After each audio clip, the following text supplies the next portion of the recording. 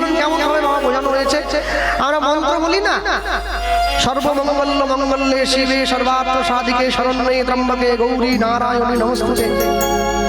মায়ের পুজো হচ্ছে, মা কালীর পুজো হচ্ছে, এত কষ্ট করে মানুষ পুজো করছে, নিজের ধর্মকে টিকিয়ে রাখার চেষ্টা করছে। তা আমরা মন্ত্র উচ্চারণ করি সর্বমঙ্গল মঙ্গলে, তুমি সবার মঙ্গল করো। তাহলে আমার পয়সা খরচ করে আমি মাইক লাইট মেশিন ঠাকুর কিনে এনে, আমি নিজের পয়সা দিয়ে পুরোহিত ব্রাহ্মণ ভাড়া করে এনে আমি পুরোহিতকে দিয়ে কোথায় নিজের মঙ্গল চাইবো? তা না করে আমি পুরোহিতকে বলছি তুমি বলো সর্বমঙ্গল মঙ্গলে, তুমি সবার মঙ্গল করো। এটাই সনাতন ধর্মের শ্রেষ্ঠত্ব, আমরা সবার মঙ্গল চাই। পৃথিবীতে যত ধর্ম মত আছে, যত সম্প্রদায়, যত পথ আছে, সবাই নিজের কল্যাণ চায়। তুমি নিজের মঙ্গল চাও, কি করে নিজে ভালো থাকবে, কি করে নিজে ভালো ঘুমোবে, কি করে নিজে ভালো খাবে, কি করে নিজের উন্নতি হবে। আত্মকল্যাণস্তু বর্ধয়নাম সজীব সউচ্যতে তদাভিধীনো যদাহিতু হিন্দুস্থানম প্রপচ্যতে। একমাত্র সিন্ধু নদের তীরে বসবাসকারী যে জাতি, সে সকলের মঙ্গল চায়, সে কোনোদিন নিজের মঙ্গল আগে চায়নি, সে সবার মঙ্গল চায়। তবে সবার আগে একটা বড় কথা হলো, দেখবেন আমি আজকে আসার সময় দেখছিলাম আপনাদের এখানে, দুপুর 1টার সময় বেরিয়েছি, 5:30 এসে পৌঁছলাম। আসার সময় দেখছি কদিন আগে বৃষ্টি হয়েছে, তো খাল বিলগুলো টোবাগুলো সব ভর্তি হয়ে গেছে। তো কিছু কিছু মানুষ তারা রাস্তার ধারে বসে বসে ওই ছিপ ফেলছে। ওই গোড়ের হাট বেরোনোর সময় দেখলাম, তো একটু ভিড় ছিল বলে গাড়িটা আস্তে আস্তে চলছিল। আমি জানলা থেকে দেখছি অনেক ছেলেরা ছিপ ফেলছে, আর সেই ছেলের দল ছিপ ফেলছে, সেখানে একটা বয়স্ক ঠাকুমাও গিয়ে বসেছে। হ্যাঁ, প্রায় 70 হয়ে গেছে। সারা জীবন সংসারে ছিপ ফেলে হয়নি, এখন মাছ ধরতে গিয়ে বসেছে। তাই যে মাছ ধরতে গিয়ে বসেছে, সে একবারও চিন্তা করেনি পৃথিবীতে আমি সারা জীবন সবাইকে ধরার চেষ্টা করলাম, কিন্তু কাউকে ধরতে পারি নাই। আমি যে সময়টা এখনো পর্যন্ত ওই ছিপ ফেলে মাছ ধরার পিছনে নষ্ট করব, আমার জীবনের সেই সজীব সময়টা যদি আমি ঈশ্বরকে ধরার জন্য দিতাম, ঈশ্বর হয়তো হলেও আমার কাছে এসে ধরা দিত। কে যাবি ভাই ভবসিন্ধু পার, ধন্য কলি যুগ ধন্য চৈতন্য অবতার। ভগবান সত্য যুগে 5 বার এসেছেন, মৎস্য কুর্ম বরাহ নৃসিংহ বামন। যারা বলে সত্য যুগটা বড় ভালো ছিল, আমি বলি মোটেই ভালো ছিল না। কি করে ভালো হলো? যে পাড়ায় যে গ্রামে মাসে 5 বার পুলিশ আসে, সেই গ্রামের লোক ভালো নাকি? শুধু লড়াই করে। আর পুলিশ তো এমনি এমনি আসেনি, হাতে একবারে অস্ত্র নিয়ে এসে গিয়েছে। মৎস্য কুর্ম বরাহ নৃসিংহ বামন। ত্রেতা যুগে ভগবান 2 বার এলেন, রাম পরশুরাম। দ্বাপর যুগে 1 বার এসেছেন কৃষ্ণ হয়ে। কলি যুগে 1 বার এসেছেন বুদ্ধ রূপে, আরেকবার আসবেন উড়িষ্যার সম্বলপুরে বিষ্ণু যশা ব্রাহ্মণের ঘরে কল্কি অবতার রূপে। শ্রীমদ্ ভাগবত সেই কথাই বলে। তাহলে এই যে ভগবানের 10 অবতারের কথা বললাম, এই 10 অবতারের মধ্যে তো চৈতন্য মহাপ্রভুর নাম নেই। তাহলে আমরা কীর্তনে কেন গাইছি কে যাবি ভাই ভবসিন্ধু পার, ধন্য কলি যুগ ধন্য চৈতন্য অবতার। আবার কেউ কেউ আমরা গাই অবতারের সার গোরা অবতার, কেন না চিনিলি তারে করি নিরে বাস, গেল না পিয়াস আপন করম ফেরে। আবার কেউ কেউ গায় বড় অবতার ভাই বড় অবতার, পতিতের দিলা হলো প্রেমেরও ভান্ডার। যেখানে মহাজন অবতার রাত শিকারই করলেন না, মহাপ্রভুকে অবতার বললেনই না, সেখানে আমরা অবতার অবতার বলে চিৎকার করছি কেন? বলে মহাপ্রভু অবতার নয়, মহাপ্রভু হচ্ছেন অবতরী। পাখাটা ঘুরিয়ে দেন। তরী মানে হচ্ছে নৌকো, পুকুর বা নদী। নদীর এপার ওপার হতে গেলে যেমন নৌকোর প্রয়োজন হয়, নৌকোতে উঠে নদীর এপার ওপার পেরিয়ে চলে যাওয়া যায়। বিরাট বড় সংসার সমুদ্রটা পার হওয়ার জন্য একটা নৌকোর প্রয়োজন আছে, যে নৌকোটার নাম হচ্ছে হরি নামের নৌকো। বৈষ্ণব মহাজন বলেছিলেন, তুমি গৃহে বা বনেতে থাকো, হা গৌরাঙ্গ বলে ডাকো, নরোত্তম মাগে তার সঙ্গ। তুমি যেখানেই থাকবে, দিন শেষে একবার তার চরণটা জড়িয়ে ধরবে, এতেই তোমার কল্যাণ। এখন তো আমরা গাড়ি নিয়ে 24 পরগনায় আসি। কারণ প্রথম এসেছিলাম 2004 সালে, তখন তো গাড়ি ছিল না। ওইখান থেকে নদী পেরিয়ে আসতাম, ওই যে কি ডায়মন্ড হারবারের ঘাট পেরিয়ে, তারপরে মেশিন টলিতে করে করে করে করে চারদিকে। এখন সব গাড়ি হয়ে গেছে। গাড়ি না আনলে কমিটি বলে কীর্তনীয় ভালো নয়, যত বড় গাড়ি হবে তত বলবে ভালো কীর্তনীয় এসেছে। ছোট গাড়ি আনলে আবার হয় না, বড় বুঝলে। তাই হয়। তাই এই যে এত বড় নদীটা, এই নদীটা পার হওয়ার সময় দেখতাম যে নদীটা পার করছে, সকলের কাছে ভাড়া নেয়, কারো কাছে 5 টাকা, কারো কাছে 3 টাকা, ছোট ছোট বাচ্চাগুলোর কাছে 3 টাকা করে নেয়। আর যে বাচ্চাটা মায়ের কোলে শুয়ে আছে ওর কাছে 2 টাকা নেয়। এখন দেখা যাচ্ছে যে লোকটা রোজ রোজ পার হয়ে যায় আর আসে, পার হয়ে যায় আসে, একদিনকে নৌকোর মাঝিটা গিয়ে বলছে, তুমি তো রোজই পার হও, ছেড়ে দাও, আজকে তোমাকে পয়সা দিতে হবে না, তোমাকে বিনা পয়সায় পার করে দিলাম, যাও যাও যাও। তাহলে নৌকোতে উঠে নদী পার হতে গেলে পয়সা দিতে হয়, কিন্তু বিরাট বড় ভবসিন্ধুটা পার হতে গেলে আপনাকে পয়সা দিতে হবে না, শুধুমাত্র হরি নাম রূপী পয়সাটা নিজের সঙ্গে রাখলেই হবে। যারা রেলে চাকরি করে তারা যদি রেলে ওঠে, যখন পরীক্ষক টিকিট চায়, বলে আমি রেলে চাকরি করি, বলে একটা কাগজ থাকে হলুদ রঙের, তাকে রেলের পাস বলে, ওটা দেখিয়ে দিলেই হয়। তা হরিনামের পাস যদি কারো কাছে থাকে, সে অনায়াসে ভবসিন্ধুটা পার হয়ে চলে যাবে, তার পয়সা দরকার হয়। আপনি যেই যাকেই ভালোবাসুন, কালীকে ভালোবাসুন, দুর্গাকে ভালোবাসুন, শিবকে ভালোবাসুন, লক্ষ্মীকে ভালোবাসুন, আপনাকে হরিনামের পাসটা সঙ্গে রাখতেই হবে। হরিনামের পাস যদি সঙ্গে রাখতে পারেন না, দেখবেন 80 বছর বয়সেও পাস হয়ে চলে যাচ্ছে, যাচ্ছে না? কালকে তো গাইবে। আমি ঘোষদের কথা, রাধা প্রভুজির কথা বলছি। 80 বছর বয়স হয়ে গেছে, এখনো মানুষে ডেকে নিয়ে আসছে, কেন? ওটা পাস হয়ে গেছে। তাহলে আপনাকে কিছু করতে হবে না, আপনি গিয়ে দাঁড়াবেন, টাকা দিয়ে দেবেন, বলে পাস। ওটা দাঁড়িয়ে পড়লেই পাস হয়ে যায়। শ্যামসুন্দর দাসের 80 বছর বয়স, এখনো লোকে খুঁজে বেড়ায়, দাঁড়িয়ে পড়লে পাস হয়ে যায়। হরিনামের পাশের যোগ্যতা মারাত্মক। কাছে যদি সোনার আনা গয়নাগাটি থাকে, সোনার গহনার মজুরিতে 25% ছাড় থাকে, হরিনাম আশ্রয় করলে জীবনের 100% ছাড় হয়ে যায়। তবে ধন্য কলি যুগ, ধন্য চৈতন্য অবতার, কেউ যদি ঠিক মতো আশ্রয় করতে পারে, আশ্রয় করিয়া ভজে তারে কৃষ্ণ নাহি তেজে, আর সব মরে অকারণ। তাহলে সবার জন্য পাশ হয়ে আছে, তাহলে যার জন্য বেশি করে সুযোগটা দেওয়া আছে সেটা অন্য কেউ নয়, যারা নাম বলতে পারবে না, যারা নাম শুনতে পারবে না। ভগবান শ্রীকৃষ্ণ গীতায় অর্জুনকে বলেছিলেন, মৎমাথা বাচতং নিত্যং মৎমাথা শ্রবণে রতং মৎমাথা প্রীত মনস্মাং। মৎমাথা বাচতং নিত্যং, কেউ যদি আমার কথা নিত্য নিত্য বচনের দ্বারা বর্ণনা করে অর্জুন, এতে তার মৃত্যুর পরে সে আমার চরণ প্রাপ্ত হবে, আমি তোমায় কথা দিলাম। অর্জুন তখন বলছে, সখা, যে তোমার কথা বলতে পারবে না তার কি হবে, যে বোবা হবে? তখন ভগবান বলছেন, মৎমাথা শ্রবণে রতম, কেউ যদি আমার কথা নিত্য নিমিত্ত প্রাণ ভরে শোনে, এতেও সে মৃত্যুর পরে আমার চরণ প্রাপ্ত হবে। অর্জুন বুদ্ধি করে জিজ্ঞাসা করছে, সখা, যে তোমার কথা বলতেও পারবে না, শুনতেও পারবে না, যে বোবা হবে, কালা হবে, সে কি করবে? তখন ভগবান বললেন, মৎমাথা প্রীত মনস্মাং, কেউ যদি আমার কথা নিত্য নিমিত্ত মন প্রাণ দিয়ে ভালোবাসে, এতেও সে আমার চরণ প্রাপ্ত হবে। যে একাদশী করে না, আমি তাকে দোষ দেব না।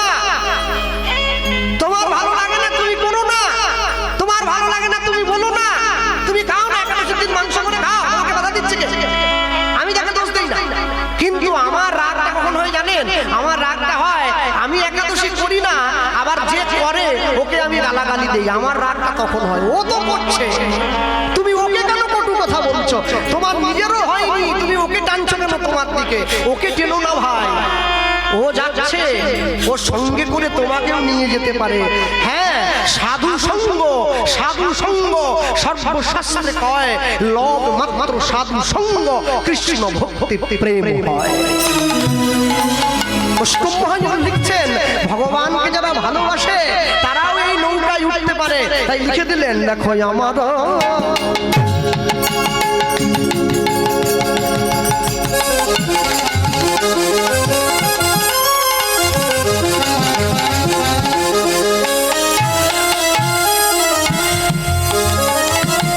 দেখো আমার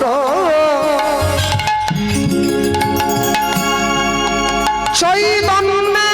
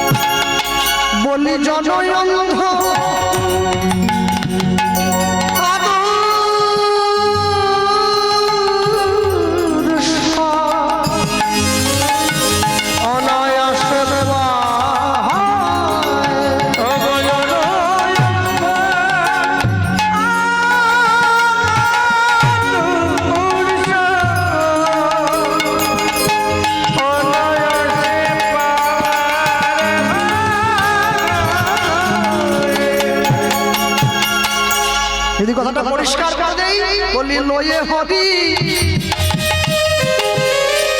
নামের তরি সেজে লয়ে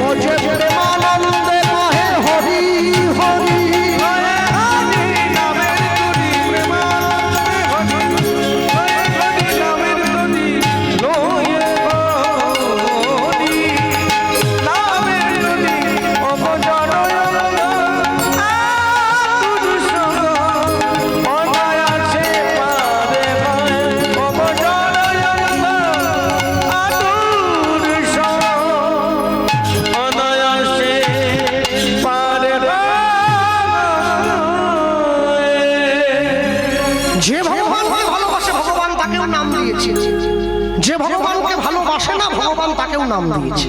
আশ্চর্য কি, যে ভগবানকে ভালোবাসে সে ভগবানের নাম ভক্তি শ্রদ্ধা সহকারে গ্রহণ করেছে, আর যে ভগবানকে ভালোবাসে না সে ভগবানের নাম অবজ্ঞা সহকারে গ্রহণ করেছে।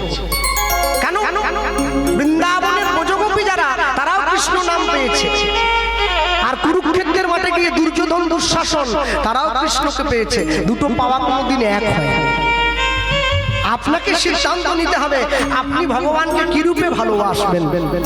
আপনি ভগবানকে প্রেম দিয়ে ভালোবাসবেন না ভগবানকে শত্রু হয়ে ভালোবাসবেন, ও সিদ্ধান্তটা আপনার চয়েসে জীব, ওটা আপনার উপরে ছেড়ে দেওয়া।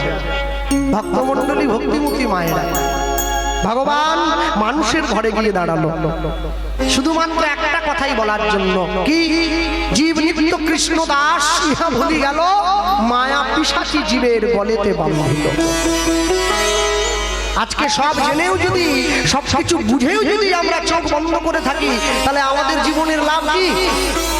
অনেক অনেক গ্রামে অনেক অনেক জায়গায় কীর্তনে গেলে অনেক অনেক বাড়িতে থাকার জন্য জায়গা দেয়, তো সেই বাড়ির বড় ছেলে এসে তার মায়ের সঙ্গে আমাকে পরিচয় করায়, কৃষ্ণবাবু এই দেখুন আমার মা, এই দেখুন আমার বাবা। মায়ের বয়স 100 পেরিয়ে গেছে, বাবারটা আরো বেশি। বা তো সেই বাড়ির বয়স্ক মা আমাকে হাত ধরে বলছে, বাবা একটা কথা বলবো। আমি বলুন না। বলে জানো রামায়ণ মহাভারত আমার পুরো ঘাঁটা হবে। 100 পেরিয়ে গেছে, আপনি ঘাঁটবেন না থেকে আমি ঘাঁটবো নাকি? আপনার 3 ভাগের 1 ভাগ বয়স আমার। আমি বলি মা, বলে কি তুমি যে সারা জীবন রামায়ণ মহাভারত মুখস্থ করে ফেললে, এত পড়ে ফেললে, তোমার পরিবারের কতজন গুরু দীক্ষা নিয়েছে? বলে কেউ নেয় নাই। কি তাহলে আমি রামায়ণ মহাভারত কিরকম করে ঘাঁটবে? ও তুমি তাহলে কবিতার মতো মুখস্থ করেছো বলো? শুধু শুধু বিঘে 2 ছিল মোর ভুই, আর সব গেছে ঋণে, বাবু কহিলেন বুঝেছ উপেন এ জমি লইব কিনে। ও তো যে কেউ মুখস্থ করতে পারে। তুমি যদি 2 বিঘা জমির মূল্য নির্ধারণ করতে না পারো তাহলে বিশ্বকবির কবিতা পড়ে তোমার জীবনে খুব একটা ফল হবে বলে আমার মনে হয় না। হ্যাঁ, মাইকেল মধুসূদন দত্ত মাতাল ছিলেন, মদ খেতেন, আর এই মাতাল হওয়ার জন্য, নেশা করার জন্য তাকে শেষ জীবনে মারা যেতে হয়েছে। এত শিগগিরই মারা যাওয়ার কথা ছিল না। আর এই মাইকেল মধুসূদন দত্ত একজনের খুব প্রিয় বন্ধু ছিলেন, যে মানুষটা হচ্ছে আমার জেলার মানুষ, যার নাম পণ্ডিত ঈশ্বরচন্দ্র বিদ্যাসাগর। জীবনে অনেকবার বিদ্যাসাগর মশাই মাইকেল মধুসূদন দত্তকে অর্থ দিয়ে সাহায্য করেছেন, অনেক অসম্মানের হাত থেকে বাঁচিয়েছেন। তো একদিনকে একটা মাতাল এসে বিদ্যাসাগরকে বলেছিল, আপনি তো বিদ্যাসাগর, দেন আমায় কিছু পয়সা দেন, আমি মদ খাই। বিদ্যাসাগর বলছেন, আমি কোনো মাতালকে সাহায্য করি না ভাই, ক্ষমা করো। যারা হরিনাম করায়, যে কমিটি হরিনাম করায়, আর হরিনামের জন্য ভিক্ষা করতে বাড়ি বাড়ি যেতে হয়, আর যখন বাড়িতে গিয়ে দাঁড়ায় বাড়ির মালিক কি বলে, আমি হরিনামে সাহায্য করি না, ক্ষমা করো। মাতালকে পয়সা দেওয়া আর হরিনামে পয়সা দেওয়া কি এক হয়ে গেল? হলো না। বিদ্যাসাগর মাতালটাকে বলছে, আমি কোনো মাতালকে পয়সা দিয়ে সাহায্য করি না। আর যখনই বলেছে সাহায্য করি না, তখন সেই মাতালটা সঙ্গে সঙ্গে বিদ্যাসাগরের হাত দুটো ধরে বলছে, তুমি যদি এত বড় পণ্ডিত হলে, তুমি যদি নিজে মুখে বললে কোনো মাতালকে তুমি সাহায্য করো না, তাহলে তোমার বন্ধু মাইকেল মধুসূদন দত্ত সে তো আমার থেকেও বড় মাতাল, তুমি কি করে তাকে পয়সা দিয়ে সাহায্য করো হে বিদ্যাসাগর? বিদ্যাসাগর দেখছে ও ছেলেটা কথাটা ঠিক বলেছে, কিন্তু ওর ভুলটা আমাকে ভাঙিয়ে দিতে হবে। তাই বিদ্যাসাগর সঙ্গে সঙ্গে বলছে, ঠিক বলেছ, তুমি কি চাও আমি মধুসূদন দত্তকে যেভাবে পয়সা দিয়ে সাহায্য করি তোমাকেও সেরকম সাহায্য করি? বলে হ্যাঁ দাও না। বিদ্যাসাগর বলছে, ভাই মধুসূদন দত্তর থেকে বেশি পয়সা তোমায় আমি দেব, তুমি আমাকে একটা মেঘনাদ বধ কাব্য লিখে দেখাও তো দেখি, তারপর তোমায় সাহায্য করব। মধুসূদন দত্ত মদ খেতে পারে, মেঘনাদ বধ কাব্য লিখেছে, তুমি কি পারবে লিখতে? বলে না না, আমি বই লিখতে পারবো না। বলে আচ্ছা বই লিখতে না পারো, অন্তত 1 পৃষ্ঠা লিখে দেখাও। তাও পারবো না। আচ্ছা 1 লাইন তো লিখে দেখাতে পারো। বলে না, তাও পারবো না। তাহলে কিছুই যদি পারবে না, তাহলে সাহায্য চাইতে এসছো কিসের জন্য? মনে রাখ, আপনি জীবনের এই খোলা মঞ্চে দাঁড়িয়ে, মাথার উপরে আকাশ, পায়ের নিচে মাটি, এর মধ্যখানে দাঁড়িয়ে আপনি কাকে কতটা সাহায্য করবেন, কিভাবে করবেন, সেটা আপনাকে একান্তভাবে সিদ্ধান্ত নিতে হবে। সেটা আপনার একান্ত ব্যক্তিগত ব্যাপার। হ্যাঁ, আজকে কেন হিন্দুত্বের এই দশা, কেন সনাতন ধর্মের মানুষের এই দশা, মনে রাখবেন, মুসলমান মা বোনেদের সর্বাঙ্গ ঢাকা থাকে, চোখ দুটো খোলা থাকে, আর হিন্দুদের সর্বাঙ্গ খোলা থাকে, চোখ দুটো ঢাকা থাকে। তাই আমাদের পতন এত সামনে এসে পড়েছে। চোখটাকে খোলা থাকাটা খুব দরকার। চোখ যদি খোলা না রাখেন, জীবনে চলবেন কার ভিত্তিতে, জীবনে চলবেন কার উপরে ভিত্তি করে? সবার আগে চোখটাকে খুলে রাখুন, সবার আগে নিজের অন্তর আত্মাকে খুলে রাখুন। আপনি সামনে চলতে শিখুন। কেন আমাদের জীবনের এই পরিণতি? নিজেকে প্রশ্ন করুন। আশ্রয় করিয়া ভজে তারে কৃষ্ণ নাহি তেজে, আর সবে মরে অকারণ। আপনি কি জন্য এই জায়গায় এসে দাঁড়িয়েছেন? কেন নয়? মহাজন পদকর্তা এক পাশে দাঁড়িয়ে লিখলেন, কি কলম নিয়েছেন তাকিয়ে দেখো। হরি নামের নৌকা খানি শ্রী গুরু কান্তানি, হরি নামের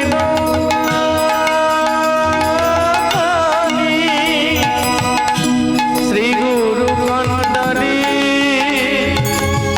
হরি নামের নৌকা খানি শ্রী গুরু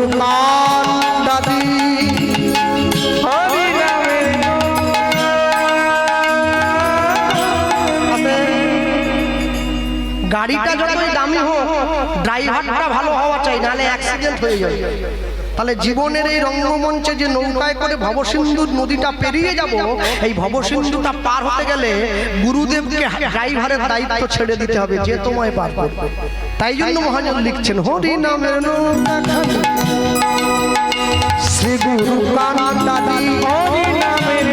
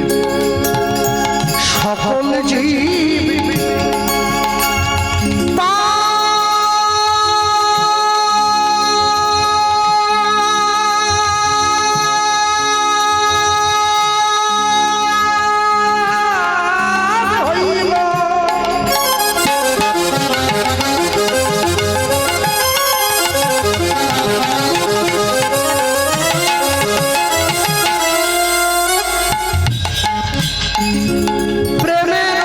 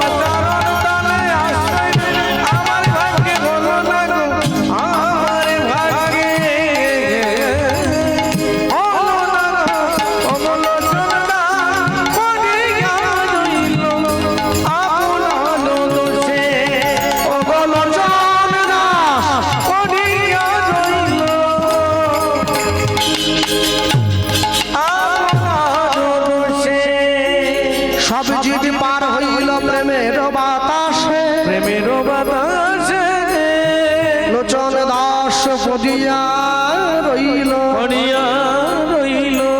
আপনার দোষে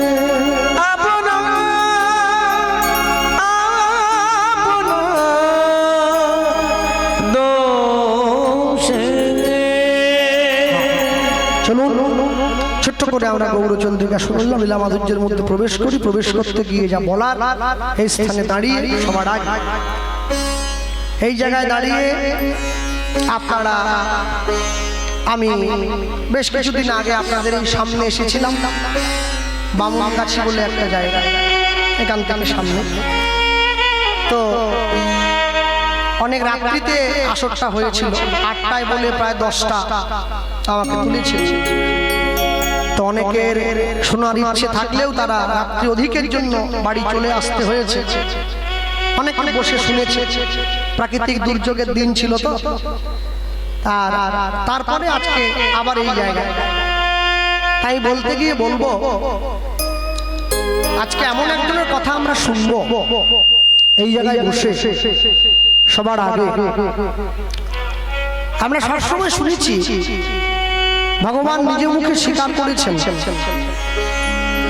মুচি হইয়া শুচি হয় যদি কৃষ্ণ ভজে, শুচি হইয়া মুচি হয় যদি কৃষ্ণ ত্যাজে। এই কথার অর্থ হলো যে কেউ যদি ভগবানকে ভালোবাসে, সে যদি মুচিও হয়, তাহলে সে কৃষ্ণ সেবার অধিকার পেলেও পেতে পারে। দেখবেন একজন মানুষ, ধরো আমাকে যদি ধরে, অনেক মানুষের বহু রকম নাম আছে। দীক্ষার পূর্বে একরকম নাম, দীক্ষার পরে আরেক রকম নাম হয়। তাহলে গোপাল কৃষ্ণ পাল ছিল, যদি সেই ঈশ্বরের চরণে অন্তর নিবিষ্ট করে সাধুর সঙ্গে নিজেকে বদল করবার জন্য সঁপে দেয়, তখন কিন্তু আর পাল থাকে না, তখন হয়ে যায় গোপাল কৃষ্ণ দাস। তো দাস মানে যে একবারে জড়াম করে একবারে জাতে উঠে গেল, আমি সে কথা বলছি। এ অর্থে দাস মানে গোবিন্দ চরণের দাস, আমি সেই কথা বলছি। এরপরে ভগবানের দাসত্ব স্বীকার করবার পর সে যখন ঈশ্বরের সেবা দিতে দিতে সেই সেবার অধিকার অর্জন করে, তখন সে হয়ে যায় দাস অধিকারী। তখন আমরা তার নামটা একটা অন্যরকম জায়গায় নিয়ে যাই। মনে রাখ, প্রত্যেকটি মানুষেরই সেই অধিকার আছে, অন্তত কোন যুগে না থাকলেও এই কলিকালের মাটিতেই আছে। আজকে দাঁড়িয়ে আমরা সেই অধিকারের কথা শুনব। আর এই অধিকারের কথা শুনতে গিয়ে সবার আগে আজকে আমরা দাঁড়িয়ে যে ভক্তের কথা শুনব, এই অধিকার বোধ কতটা তীব্র থেকে তীব্রতর হতে পারে। যদি কোনো মানুষের মনে ইচ্ছা জাগে যে আমি কৃষ্ণ সেবার অধিকার অর্জন করব, তাহলে সে যে কোনো প্রকারে অর্জন করতে পারে। কারো যদি ইচ্ছা থাকে যে আমি কীর্তন শুনতে যাব, সে 10 কিলোমিটার দূর থেকে সাইকেল চালিয়ে চলে আসবে কীর্তন শোনার জন্য। আর কারো যদি ইচ্ছা না থাকে যে আমি শুনবো না, তাহলে বাড়ির পাশে বসেও সে শুনবে না, সে ঘরের দরজাটা বন্ধ করে টিভিতে হিন্দি গান চালিয়ে দেবে। তাহলে সবার আগে ইচ্ছাটা দেখতে হবে যে আমার ইচ্ছাটা, আমার তীব্রতা, তার প্রতি আমার ভালোবাসা কতখানি। এই অধিকারের কথা বলতে গিয়ে আমরা শুনব পরম ভক্ত প্রেমানন্দের জীবনী কথা। আপনারা মন দিয়ে আস্বাদন করবেন। লীলা মাধুর্য একটু শক্ত হবে, তাই আমি চেষ্টা করব বুঝিয়ে সকলকে বলার জন্য। আমি বলতে গিয়ে সবার আগে বলবো, আমি শুরুতে দাঁড়িয়ে যে কথাটা বলেছিলাম, কৃষ্ণ কহে আমা ভজে মাগে বিষয় সুখ, অমৃত ছাড়ি বিষ মাগে এত বড় মুখ। আমি বিজ্ঞ সেই মূর্খে বিষয় কেন দেব, সচরণামৃত দিয়া তারে বিষয় ভুলাইব। ভক্তমণ্ডলী, ভক্তিমতী মায়েরা, এই প্রেমানন্দের কথা বলতে গিয়ে আমি সবার আগে বলবো, এই প্রেমানন্দ নামে ছোট্ট 5 বছরের ছেলেটি, যার নিজের বাড়ি ছিল বর্তমান কাশীধামের মেধা গ্রামে। কাশী আপনারা নাম সবাই শুনেছেন, কাশীতে দেবাদিদেব মহাদেবের বাসস্থান। এই কাশিধাম থেকে 20 কিলোমিটার দূরে একটা গ্রাম আছে, যে গ্রামটার নাম হচ্ছে মেধা গ্রাম। সেই গ্রামে প্রেমানন্দের বসতি। এই মেধা গ্রামের একটা বৈশিষ্ট্য আছে। বৈশিষ্ট্য কি জানেন? এই মেধা গ্রামের বসতি যারা মেধা গ্রামের মানুষ, তৎকালীন সময়ে মেধা গ্রামের মানুষের নিয়ম ছিল, প্রত্যেক মানুষ, পুরুষ মানুষ যারা, তাদের সবার মাথা নেড়া ছিল, মাথায় একটা করে শিখা ছিল। মেধা গ্রামের মানুষের লক্ষণ।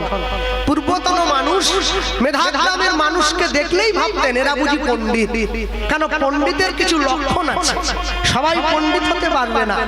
হ্যাঁ, পণ্ডিতে ইঙ্গিতে বোঝে আর মূর্খে বোঝে কিলে। যে পণ্ডিত ব্যক্তি হবে, আপনি যদি জ্ঞানীকে তার ভুল ধরিয়ে দেন, আপনি হবেন জ্ঞানীর বন্ধু। আর আপনি যদি মূর্খকে তার ভুল ধরিয়ে দেন, আপনি হবেন মূর্খের শত্রু। কেন জানেন? জ্ঞানী মানুষ নিজের ভুলটা স্বীকার করতে চায়, মূর্খ কোনোদিন নিজের ভুল স্বীকার করে না। সে তার উত্তরে আপনাকে আরো 10টা কথা শুনিয়ে দেবে।